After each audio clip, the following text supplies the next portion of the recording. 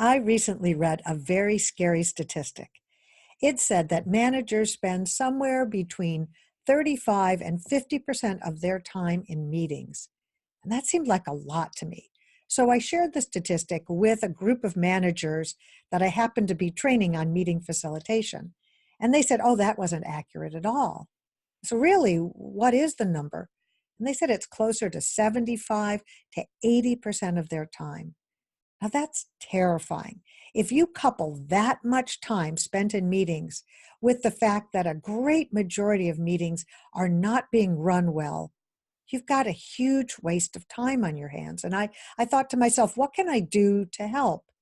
And so I created this video series, 5 keys to better, more productive, more effective, more efficient meetings.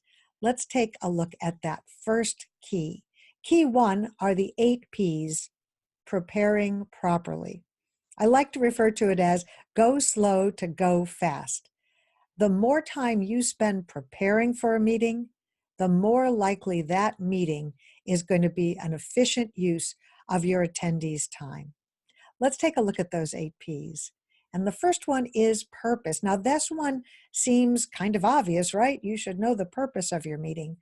But oftentimes I find that there is no purpose. The meeting was set up. Nobody knows why they're there. And when you think about purpose, what are you trying to do? Are you going to do brainstorming? Are you there to share some new process?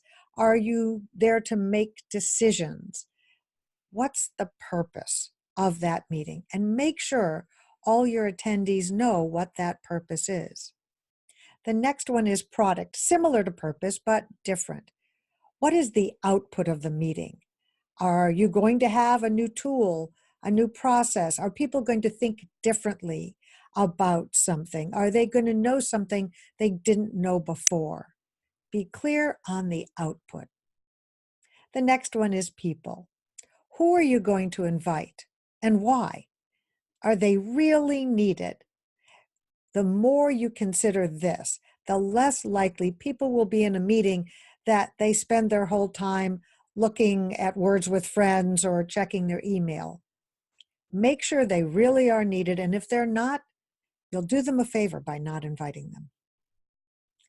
Prep. Now, in this case, this isn't the prep you need to do. This is the prep your attendees need to do. Give them adequate time to prep for the meeting. Do they need to read something? Do they have to prepare a presentation or an Excel sheet or a report? Let them know what they should come into the meeting with, and that means when they come in, they'll be ready to go. The next one is pitfalls. What could possibly go wrong? The more you consider what are the possible problems, the more likely you'll have a process to handle those. So it could be that you don't have the right space, or maybe somebody is kind of oppositional who's going to be in the meeting, or maybe there's an elephant in the room.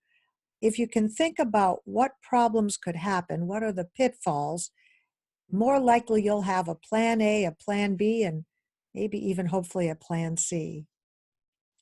Place. Do you have the right place for what you're trying to accomplish? Is the room big enough? Does the technology work? Do people know how to get there? Place is very important. People need to feel comfortable in the room you're having the meeting. And protocol. These are rules you're going to set up before the meeting starts so that the meeting runs smoothly. We'll talk more about how to handle these in a later episode. And process. What process are you going to use? Are you going to open the meeting a certain way or close it? How are decisions going to be made? Are they made by the leader deciding or the leader having veto rights? Are you going to do it by consensus or majority or supermajority? Let everybody know the process in which decisions are going to be made. Well, those are the 8 Ps. Prepare properly.